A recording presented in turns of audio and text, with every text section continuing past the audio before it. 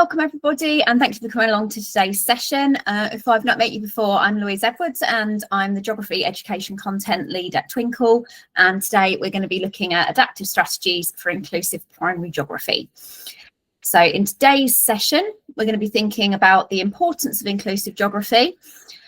We're going to be thinking about what research and evidence there is behind this. We're going to be going over some practical strategies for geography lessons. We'll look at how GeoWanderers, our geography scheme, supports adaptive teaching and inclusion. We'll look at some effective strategies from the geography team, and we'll also look at some exciting updates about our content as well at the end. So starting off, thinking about the importance of inclusive geography. So we really need to ensure that all children can access and understand geography because it's central to their development as people. All children should be able to see themselves reflected in our geography curricula and develop empathy, critical thinking and understanding of our world that they need for their futures. This links into why geography matters, and it matters because we need children to understand the diversity of environments, people and cultures. We need them to care about the world and its future and believe in equity and justice. Geography is really central to children becoming active, caring citizens in our world. And so we need to ensure that this matters for all children. So inclusive geography is not just about accessibility and access to learning, but it's also about representation. And there are some key questions that you can ask yourself to think about this. So you might ask yourself, does our curriculum reflect a range of cultures? Do the children in our school see themselves represented in our curriculum? And are the case studies we use deep enough to give a full sense of place and people? And it's important to remember that that's not just the job of geography alone. Those are huge questions, and it needs to be looked at across the curriculum, coming into other subjects like worldviews or RE, PHSE, languages, and many other subjects too. So never feel that you need to answer those questions on your own. Those kind of things go across the entire curriculum. So inclusive geography is also about ensuring equitable access to geography learning for all children in the classroom. So the National Curriculum Inclusion Appendix states that teachers should have high expectations of every pupil and ensure that there are no barriers to every pupil achieving. This is so important, but as a teacher, it can be one of the hardest things to achieve. Classrooms often have such a wide variety of needs that meeting them all individually can be a real challenge. So through this session today, we aim to give you some practical tips to help support you with this in geography lessons. So first of all, we're going to have a think about adaptive teaching. And we've got this definition here. It involves setting the same ambitious goals for all students, but providing different levels of support that should be targeted depending on the student's starting points and if and when students are struggling. And I think this is a lovely definition of adaptive teaching that comes from the National Association for Able Children in Education. And I love that phrase about setting the same ambitious goal. And I think the landscape of adapting lessons has changed a lot over the last few years, moving away from that traditional differentiation to more towards adaptive teaching. And the real difference there is ensuring that we're setting that same ambitious goal for all students where appropriate. Traditional differentiating of activities could sometimes lead to setting a ceiling on children's learning, meaning that it could be impossible for them to achieve above that level due to the limitation that the differentiation will put on them. Adaptive teaching now forms part of the Early Career Framework, the DFE Teacher Standards and the 2025 Ofsted Toolkit, which states that adaptations to the curriculum or teaching for specific pupils' needs should be well targeted and effective in reducing barriers, and that adaptations focus on pupils' long-term success rather than short-term fixes. And that's an important thing to bear in mind, is that we're really thinking about that long-term success and not just that sort of short in the lesson moment. So one question that often comes up is adaptive teaching just scaffolding? And I think it's important to remember that adaptive teaching doesn't mean that no learner will ever need a different task or an objective, but this should be rare and specific to individual children's needs. And whilst scaffolding is a great tool, and we'll explore that later as one of the practical options we're going to go through, it's only one strategy that's used as part of adaptive teaching. Adapting can take on so many different forms, starting right from when you plan the lesson, to adapting in the moment, to using a variety of scaffolds to support different needs. So adapting isn't just scaffolding, but scaffolding can be a really big part of adapting. So we're now going to have a little think about the research and evidence, but it's worth just saying that there is such a wide-ranging body of research and evidence that we can only really begin to touch on very small parts of it in this session. But if it's something that you are interested, you can have a look at Twinkl Professional Development, which is linked on the slides when you receive them, and you'll find a wide range of evidence-based courses there that will help you delve deeper into those topics if it's something you want to look at more. So why is this important? So first of all, children identified as having special educational needs and disabilities represented 19.5% of pupils in 2025. And outcomes and progress for these children on average are still lower than those without SEND. So it's vital that we're using those best evidence-based strategies to support children.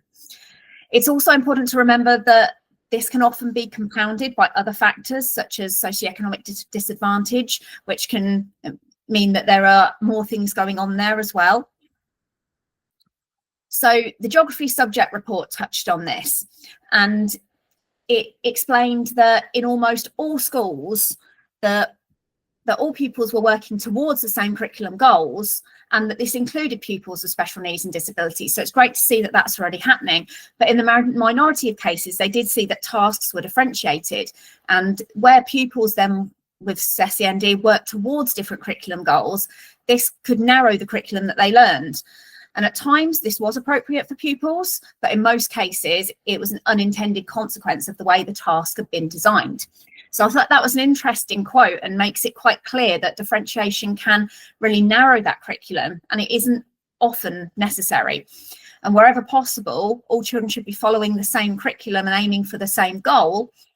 And they also identified that precise adaptations to the curriculum take into account differences in prior knowledge, and that these tend to work really well, and that these often allow pupils to meet the lesson goal in different ways. So that's a really interesting thing to bear in mind, that idea of having the same goal but thinking about getting there in different ways, and that sort of is a really key when we're thinking about adaptive teaching.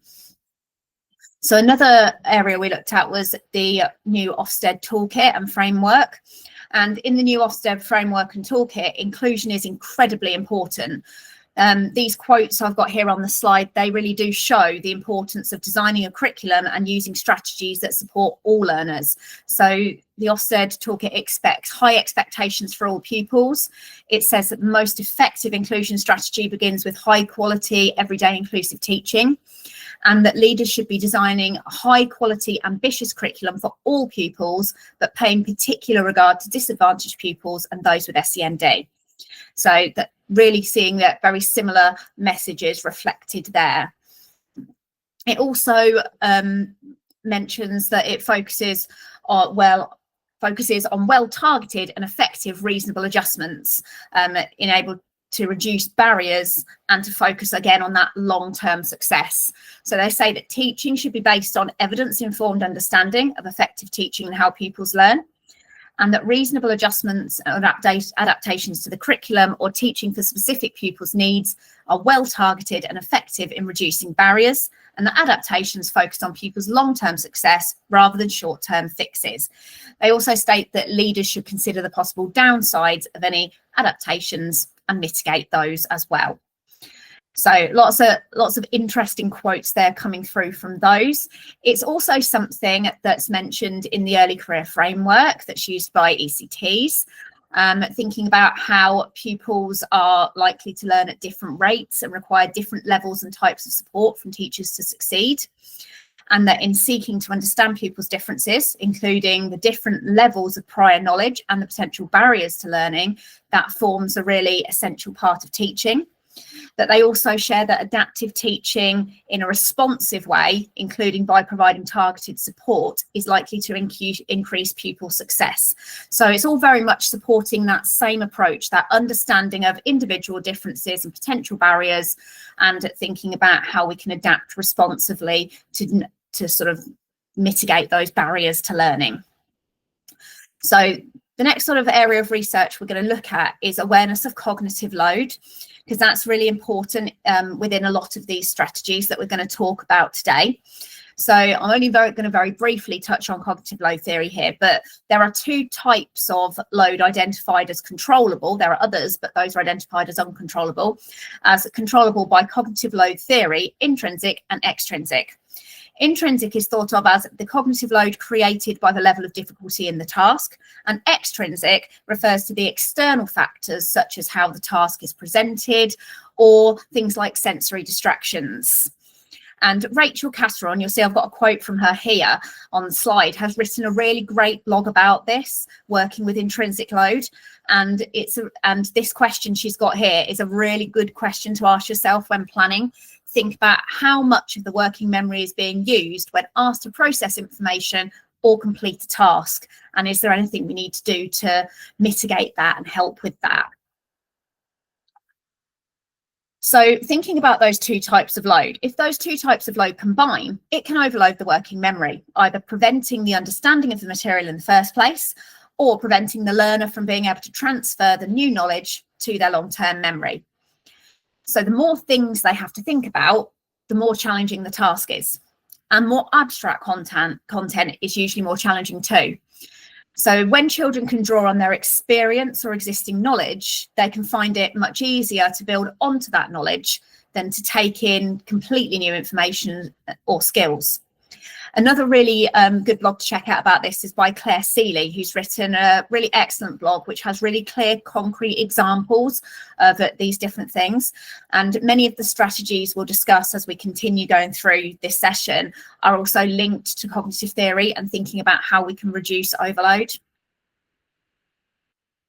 So thinking about awareness of cognitive overload, this doesn't mean that intrinsic load is a bad thing. In fact, the studies actually show that if we're not sufficiently challenged in things, we may not learn as much. But it is important that we think really carefully about the way that information is presented and how that supports the challenge level expected.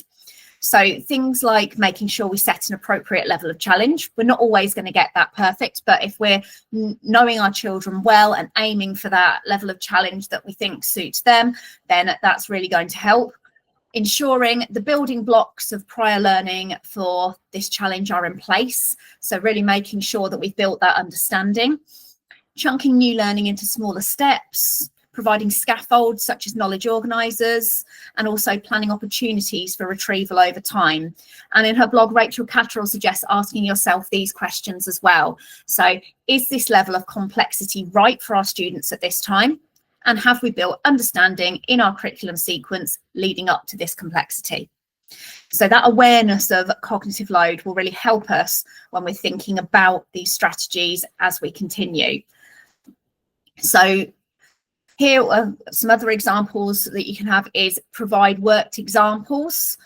These are particularly useful when a step-by-step approach is needed, or sometimes incomplete or partially worked examples. So that could be if you're wanting them to write a certain amount, you might provide some of the sentences, you might provide a partially worked diagram and have to add things. So there's all sorts of different ways that that could be used in geography. It's also important to remember that if we are using things like those worked examples, that we need to think about reducing those as confidence grows. Working in a group can also share out that cognitive load, as the support from peers can act as a scaffold. And we've got another really nice quote here, which kind of goes across the importance of that cognitive science. So cognitive science principles of learning can have a real impact on rates of learning in the classroom. And there is value in teachers having working knowledge of cognitive science principles, which is why I've tried to include a brief overview of these today. But it is worth being aware that many of the examples of cognitive science that the theories and suggestions are based on do come from very tightly controlled studies rather than wide-ranging classroom practice. So it is important to try things out and see what works for your class or your school. However, I'm sure we can all call on examples of learning things ourselves where we can see these strategies either in action or not and reflect on the impact it's made in our own learning. And as with all scaffolds, like we said, it's really important to reduce the use of them as confidence grows. This is true of things like worked examples too. Working as a group can very much depend on the children involved, how they've been guided to work together, and it can be a very careful balancing act that, again, it's worth being aware has mostly been tested out within maths lessons rather than within foundation subjects. So it is a case of trialing things and seeing what will work well for you. So thinking about the practical strategies for geography now. So many of these strategies that we're going to talk about are not just applicable to geography, but here what I'll try and do is talk through the strategy and then give some examples of how each might apply in a geography context. It's also really important to remember that many of these adaptive strategies will support those with additional needs, but also can generally make up part of excellent teaching for all as well. So the first strategy I'm going to talk about is inclusive fieldwork. So thinking about some of these things, like, is your location accessible to everyone in your group? Considering whether the location is accessible for those with physical disabilities, but also thinking about whether anything might cause sensory overload. So for instance, in an urban environment, you might plan to avoid busy times or pick a quieter area to use. Or for children who might struggle with the change in routine, you can consider preparing them with a social situation so they know what to expect. And if you do go on a pre-visit, it can be well worth videoing it to help with this. Some children also might need simpler visuals or maps, and it can always be worth being pre-prepared with any scaffolds that are usually available when in the classroom. So if there's a child that usually uses a communication map or a word map, then it's worth taking those with you. Different ways of recording can be a really good one with field work as well, because it can support children to access field work. So for instance, using a digital device to record or take photographs, if a child is making decisions about the data to collect, this can remove the pressure of having to physically record it and allow them to access the field work at their level without putting a ceiling on their learning. It's also worth bearing in mind that if any children require enlarged sheets or maps, that these can be really difficult to manage on an A4 clipboard. So if you've got children that you're scaling up resources for, consider scaling up your clipboards for that as well, because that can make a really big difference. So next, I'm going to talk a little bit about planning. So Sue Cowley is a great person to look into for this if you want to look into it a little bit more. And she suggests that by planning to those with the biggest needs, you will actually meet the needs of everyone. Whereas if you plan to the middle of your class or the average, then you may end up meeting nobody's needs. And I think that's a really interesting thing to think about. She says to think of planning as, what am I going to teach? So sorry, we can think of planning as what am I going to teach, but Sue Cowley actually suggests that we should think from the angle of what do the children need to learn? And rather than planning to the middle or the average, think about planning to those outliers. So by thinking about the needs in your classroom and beginning there, how can I get this child to understand and remember this? You may meet their needs, but also those of other children. For instance, if you have a child that struggles to engage in learning, starting the lesson with a hook or planning to go on a journey through role play is likely to not only engage them, but to engage the whole class. But one thing to think about with that is, what about competing needs? Because I can see myself sitting there listening to something like this and thinking, but that's all very well, but what if I've got children with competing needs in my class? And one example that came to me about this was thinking of an example where I taught two very different autistic children. And it was a very practical role play lesson with the classroom set up with chairs like a plane, and we were going on a journey. And I was thinking about how to engage the first child, but I was also aware that the second child had a fear of performing.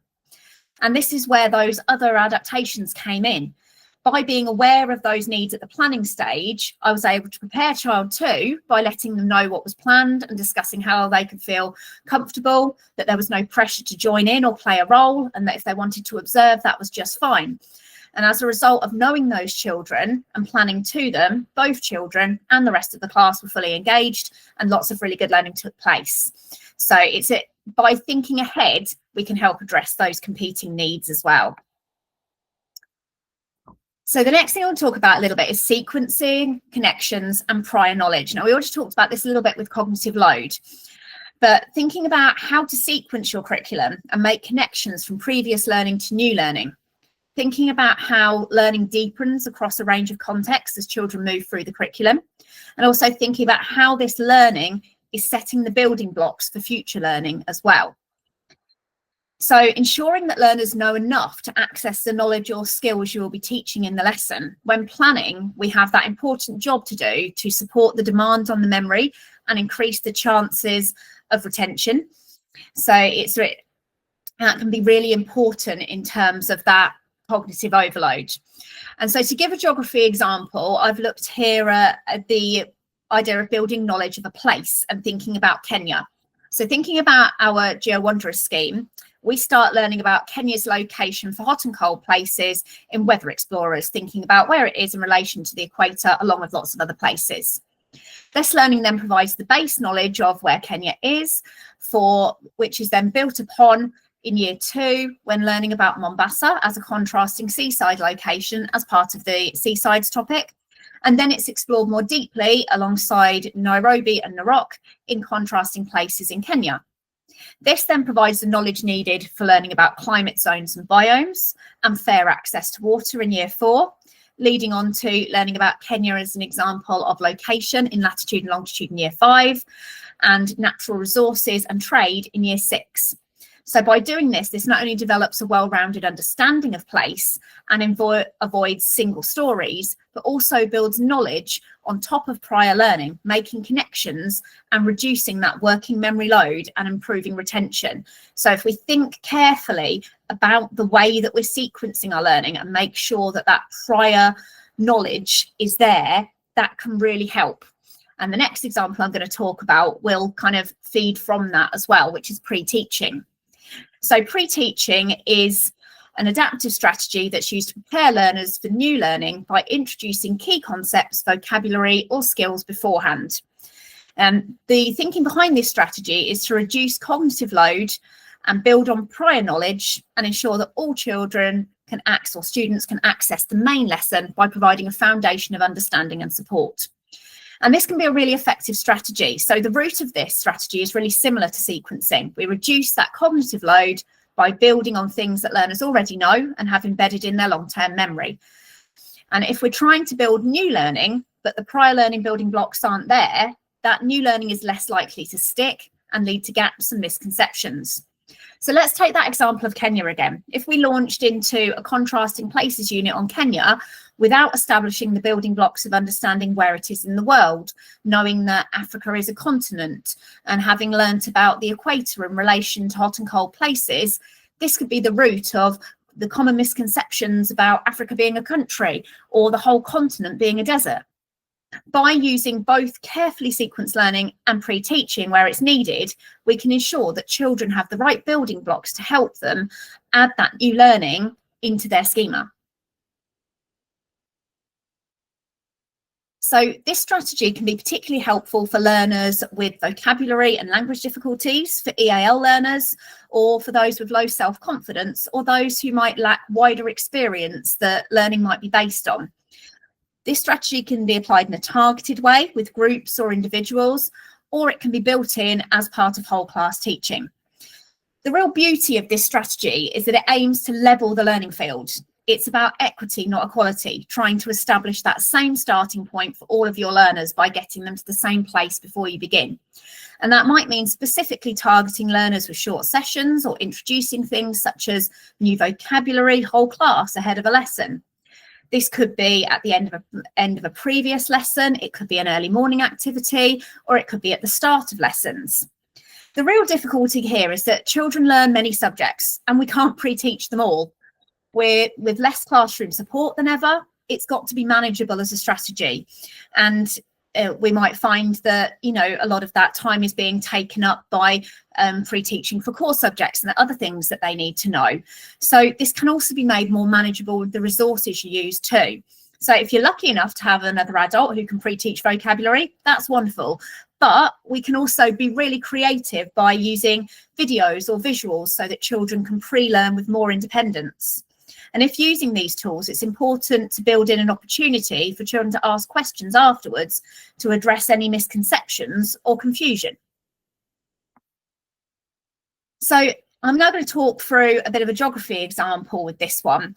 So I'm going to take the example of seasides. So if I were teaching the Geo Wanderers Year 2 fieldwork unit on seasides in the area of the country that I live, I would need to be very aware of the children's prior experience and if that could create learning barriers, as it's a very landlocked area and many children may have never been to the seaside. So it would be important for me to do some finding out about their experiences to establish whether individual, group or whole class pre-teaching was necessary. Once I knew this, I could use resources such as videos, key vocabulary cards, AAC mats, the knowledge organizer or any key diagrams to pre-teach the vocabulary and key knowledge through visuals ahead of starting those lessons. So that's just a nice example of how that could be used. So the next strategy I'm going to look at is dual coding. Now, dual coding is an evidence-based theory that suggests that when learners process information through two cognitive channels, seeing and hearing, at the same time, it makes it easier for them to retrieve it from the memory later. So examples of this could be graphic organisers, knowledge organisers, infographics, etc. So it's easy to think about this. So do we just try and pop an image with every sentence or every word or on every slide of our PowerPoint? And no, not exactly. That can often be a misinterpretation of dual coding, and studies do show that presenting information in a more organised way can ensure that learners' cognitive load is not wasted and really help with retrieving it. But some core things to remember are thinking about clear and simple design, but also to draw learners' attention to and teach them how to read this visual information. If the information is not explained well, it may still be only encoded in a single way, removing the benefits. So it's about that sort of double impact, making sure that we're getting both of those. And here you can see some nice geography examples that I've pulled from different lessons in Geo Wanderers. So we've got a settlement hierarchy there that is explaining about the size and population of the different settlements. So having that diagram alongside the explanation is hopefully going to help with that encoding into their long-term memory. Okay? And it's also difficult because we've got to be aware of that balance between dual coding the necessary information, but also overloading the presentation with too much information. So in all these examples here, the information is visually represented, but for dual coding to work, these visuals would need to be explained and used fully in the teaching, ensuring that what is shown is also understood from what they hear. A map can again work in that way quite regularly in geography, but only when it communicates information simply and when it's well explained. So you can see a couple of other examples there, such as a simple map showing the location of the equator and a simple diagram showing the formation of fault block mountains. And again, that dual coding is only going to be as successful as the explanation that goes alongside it as well. So the next strategy we're going to talk about is chunking of information or tasks. So chunking refers to splitting up information or tasks and is another strategy that's linked to cognitive load. So by breaking down new learning into smaller steps, we reduce that load at each point, allowing new information to be processed more gradually. So this could be in terms of the length of an explanation, breaking up teaching of new information into smaller tasks, or breaking up a skill into a number of steps. So a really great example of this for geography would be grid references. So when learning these for the first time, there's an awful lot of new information about the steps to take to find that grid reference to hold in the memory. And if each step is broken down, this is made easier. Obviously, we could reduce that over time to make sure that we weren't having to provide these steps as they carried on learning this. But when the learning is new, breaking those steps down can really help. And you can see an example of how those have been broken into some of the steps there on the slide as well. So the next strategy I want to talk about is hands-on learning. And for some learners, being able to learn in a hands-on way is extremely valuable. Most teachers regularly use manipulatives as an adaptive strategy in maths. We might get out certain tens and ones applications, or we might get out linked cubes and things like that. But it can be just as valuable to use in geography and other foundation subjects, and studies have linked hands-on learning to retention and improved creativity and critical thinking. So it's a strategy that's well worth thinking about. And here again, we've got some really nice examples. So in geography, hands-on learning could be using modelling dough to represent the layers of the earth. It could be building messy or natural maps, sculpting landscapes to show key features, or testing out models of erosion. There are so many ways in which we can use that hands-on learning to support our geography learning. And that's the important thing, is to make sure that the hands-on learning is fully linked to the geography learning and not something that distracts from the learning or adds to their cognitive load. So for example, if children were creating paintings of volcanoes, that might reinforce some of their geography learning, but it would be mostly focused on the art skills, not the geography learning. So it's important to ensure hands-on geography activities are fully geography focused when they're taking place in a geography lesson. So some of the examples we've got here from Geo Wanderers, we can see where they're creating their own water cycle in a bag so that they can see that process visually and physically. We can see where they're creating a rain gauge there as part of a weather station. There are some matching tasks there as well to do with continents. We've also got testing out of solutions for coastal erosion, and also a collage comparison for comparing Kenya and your local area and thinking about the differences in here and similarities in human and physical features. So lots of different ways there that hands-on learning can be used within geography while still retaining that full geographical focus on the learning. So the next strategy I want to talk about is providing visuals, and this links in a lot with dual coding, but as well as assisting with dual coding, visuals can act as an excellent scaffold. These help support vocabulary and memory whilst children are still embedding that new learning. Visuals might include things like word cards, word mats, diagrams, knowledge organisers, graphic organisers, and all sorts of other things as well. And so again, you can see some examples here that show a range of different ways of providing visuals to back up written or spoken information, from key photographs to maps, diagrams, to down here you can see where we've got the use of tens and ones blocks to illustrate percentages, because the children in that year group have not reached that part of the maths curriculum yet, so they need to understand what a percentage means. So we needed to show that in a very visual way.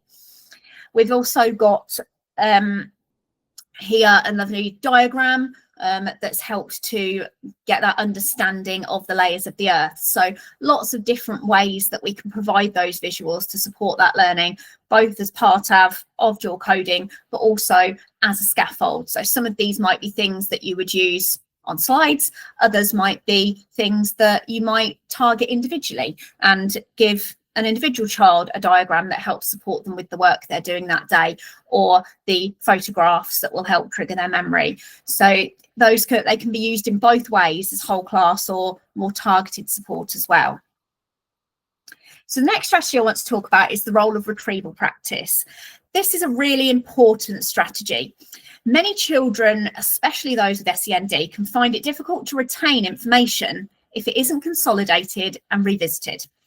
However, to use retrieval practice well, there are some really key things to be aware of. So it's an important strategy in relation to memory, and studies have consistently shown benefits to learners. But it includes thinking about things like keeping it low stakes. So things like low stakes quizzes or questions, jottings, flashcards, using those as opportunities to recall knowledge learned. But by low stakes, it means that their children are not having to worry about getting a score or what they get right or wrong. It's all very low stakes and feels accessible to them. But another thing to bear in mind is that feedback is really important too. Learners need to know that if they've retrieved the correct information, to avoid building pathways of incorrect information as well. So it's really important that as part of that, there is feedback coming through there too, as part of the retrieval practice. So there's also some studies that suggest that the cues used for retrieval practice are more effective if they start by scaffolding the recall, with these cues being gradually reduced the more times that information is revisited. So this might mean, for instance, using a multiple choice or labelling activity the first time that knowledge is recalled. Then the next time you might use an image that you expect learners to label or explain. And after that, it might be an open question with no visual. So here again is an example from Geo Wanderers, and you can see in the first example here, the seas around the UK, the information is cued with multiple choice and getting them to recall the location, but giving them the name to place in the right place, and also giving them the visual of that map to scaffold and support that retrieval in their memory. The next time it's revisited, we can see here that they're given the map, and then again asked if they can remember the seas around the UK and their location. So it's each time we're removing a little bit of that scaffold so that the memory is having to retrieve a little bit more. So that can be an interesting way of organising your retrieval practice to try and increase its effectiveness as well. Graphic organisers are another really nice visual way to present information visually, making it easy to understand, and they're also a really useful tool for dual coding too. They might come in the form of a diagram, a table, a chart, a pyramid, a cycle, a flow chart, a concept map. There are all sorts of ways in which we can graphically organise information to support, particularly in geography. So here we've got some lovely examples from different Geo Wanderers lessons. So we can see we've got a nice flow chart here of a supply chain that comes from our trade and economic activity unit. We've got that settlement hierarchy there again. We've also got an example of the inquiry cycle there that's used within fieldwork. There's a nice example of a table there that's been used to organise some information about the different countries of the United Kingdom. And there's also there a pie chart that's been used to organise some import and export information, again from the trade and economic activity unit there. So these examples show the real range that can be used in geography and how those can be used alongside dual coding and visual learning to really help support those children that may need that visual input and that information organised in a different way. So we're now going to have to think about scaffolding. So another important tool to use is scaffolding. We've already talked about this a little bit, and many of the strategies that we've talked about so far could be considered some forms of scaffolding as well. But the idea behind scaffolding is that by providing that temporary support, you reduce a learner's cognitive load, allowing them to better process the new learning. And then as that learning becomes embedded, the scaffolds can be slowly reduced and removed. And the Geographical Association explains that a scaffold should only be used if the task is beyond the student's capability without it.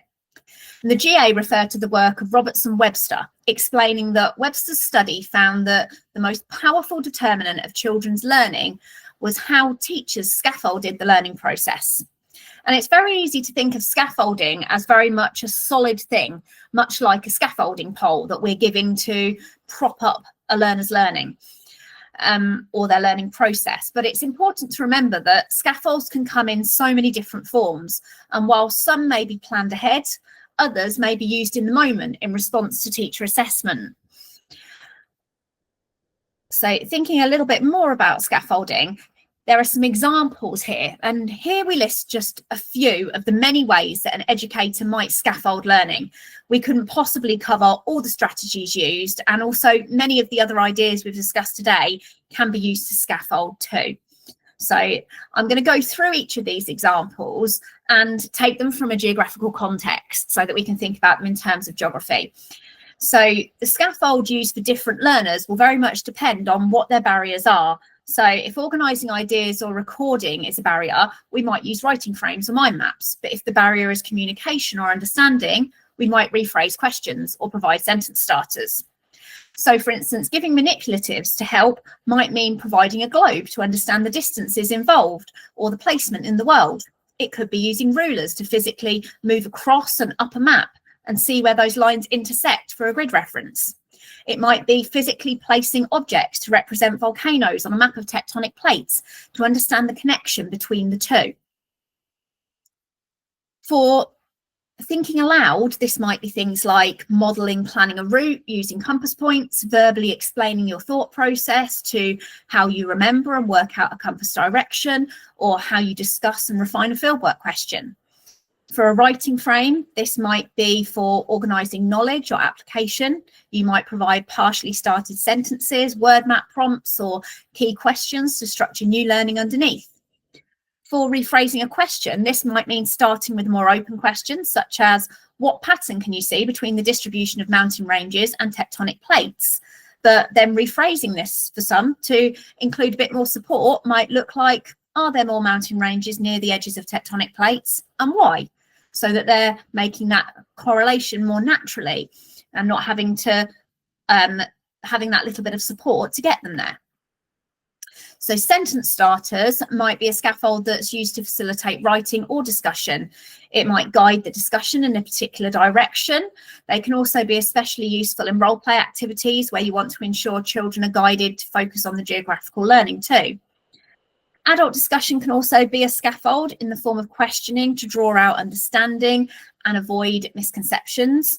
It can be a really powerful scaffold, but it's really important that we do remember it as a scaffold and do withdraw this, as continuous adult support has often been shown to have a detrimental effect on learning. So it's important that we're remembering to remove that scaffold as the children's confidence builds. Peer discussion can be a really great scaffold, but it does need to be carefully managed as it can build confidence. But it's important that both learners are doing the thinking and learning. Checklists can also be a really useful scaffold, especially for a task that has steps to follow, such as grid references, fieldwork planning, drawing a map. Breaking these down into smaller steps that can be ticked off can be a really great support.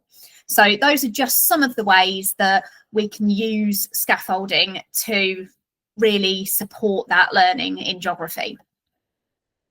So the next thing I'd like to talk about is higher order thinking. And I'm not going to go into this in too much detail, but adapting is about stretching children as well. And higher order thinking skills should be an opportunity for all children. So whilst children do need the building blocks of knowledge before they can apply it, it's really important that we don't reserve these skills for just stretch activities, and that we encourage all children to think broadly and deeply in geography. And whilst adapting is about stretching those children that need it too, it's important that those critical thinking activities aren't just reserved for stretch. All children need that opportunity to think around concepts, to explore their own thinking, and to answer those big questions.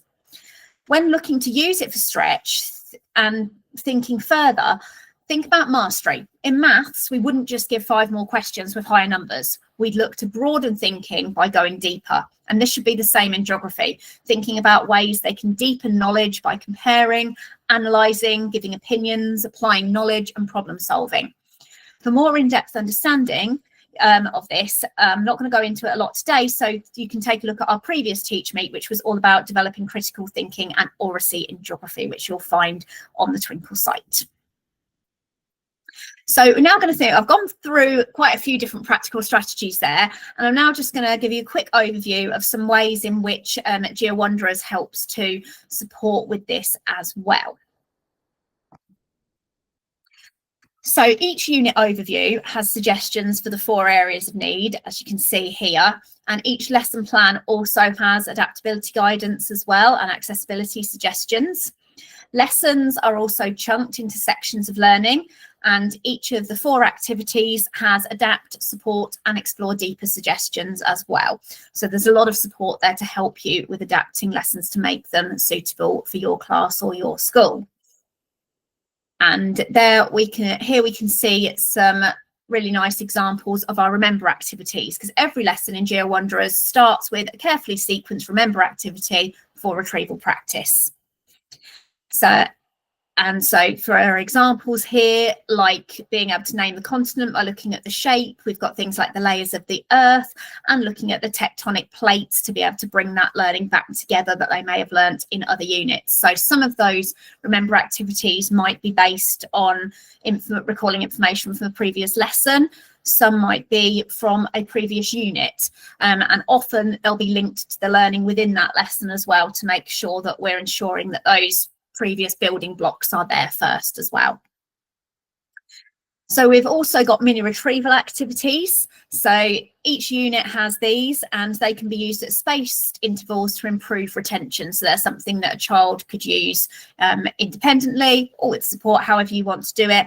And there are lots of different question types that you can give out to try and help them with that recall, and to use those maybe outside the lesson or for a morning activity to really help support that recall. We've also thought really carefully about the sequencing. The whole of the curriculum is coherently sequenced to ensure that the new learning builds upon prior learning, and that learning is revisited to improve retention and deepen that understanding of concepts across different contexts. And you can see here a little image of our subject leader document, which is our unit progression overview, which is to help teachers and subject leaders see how each unit progresses on to the next and how that learning builds.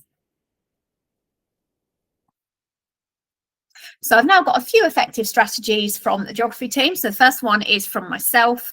So I am an experienced teacher. I was also a geography subject leader and Senko. And one of my favourite things that I found really useful was providing visual scaffolds or examples. So I found using step-by-step visual scaffolding methods helpful in many subjects, but in geography it was often for the more skill-based aspects than the knowledge. So when map drawing with year 2, I found having a clear worked step-by-step example that they could draw upon when this was a new skill was very effective, especially when it came to understanding how to use a key. So that was my top tip. I've got another one from Jane as well, who's an experienced teacher and geography subject leader. And she's one of our lovely geography content writer editors who's been writing the wonderful Geo Wanderers scheme. And she really thinks subject-specific vocabulary was important when she was teaching. So she found that within geography there was so much subject-specific vocabulary that she always found it helpful to pre-teach the Tier 3 vocabulary using visual aids, such as key vocabulary cards, images, diagrams, and graphic organisers. She found knowledge organisers, word mats, and pictorial displays really valuable tools to help scaffold that learning as well. And then finally from Nicola, who's also a very experienced teacher and was also a geography subject leader. She's also a geography content writer editor, and she found scaffolding a really powerful way to support learning. She found that the level of scaffolding could vary from child to child and be reduced over time as each individual child was ready. And an example she had of this was when map making, she used to give the children manipulatives first, enabling them to make a model, perhaps using an aerial photo for inspiration and support, and then looking at their model from above, help them to make that link before creating a map on paper. So that's another really nice strategy that can be used. Finally today, I just want to update you on our content a little bit and tell you a little bit more about Geo Wanderers, which is our newest content, and just let you know a little bit more about it. So our aim in creating Geo Wanderers was to create a carefully sequenced, fully progressive but adaptable geography scheme that fits into a busy curriculum without compromising on depth and breadth of learning. All 18 units are now complete, with a few remaining subject leader documents on the way. So I think a lot of those are on site now, but there are a few still coming. But it's all there ready to use now. Why would you choose Geo Wanderers? Well, one, it's fully progressive. So Geo Wanderers has been, as I said, carefully sequenced to ensure progression within the units and between units. And concepts are developed and built upon as you move through those units as well.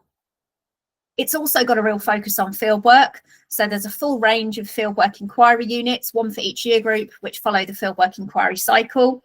There are embedded opportunities for fieldwork as well to ensure that those skills are regularly practiced outside of those fieldwork units too. It's also adaptable and editable. So we've talked a lot today about adapting to students' needs. So fully editable plans and resources really help you to be able to do that. And each lesson also has an activity menu with 3 to 4 choices. So there's not just one activity in each lesson, there are 3 or 4, giving teachers the autonomy to choose activities that suit their students and adapt as necessary. So you'll find 3 in fieldwork inquiry lessons and 4 in every other lesson. There are also accessibility suggestions to help you adapt for additional needs, which I showed you in more detail earlier. It's also rooted in retrieval practice with our built-in retrieval activities, both in the main parts of the lessons and also as part of those remembers. It has a range of assessment materials, including Show What You Know tasks and a Show What You Know quiz. And there are various other ways of assessing through those packs as well. And it also builds a deep understanding of places. We revisit and develop in-depth understanding of places across the different topics. There's also linked CPD to support the units to help you, and a wide variety of supporting resources, including animations, original songs, and videos. So lots and lots included there in Geo Wanderers. The Geo Wanderers scheme is available as a separate whole school package. So to find out more about access, please follow the link or the QR code and register your interest via the inquiry form, and somebody will be in touch with you.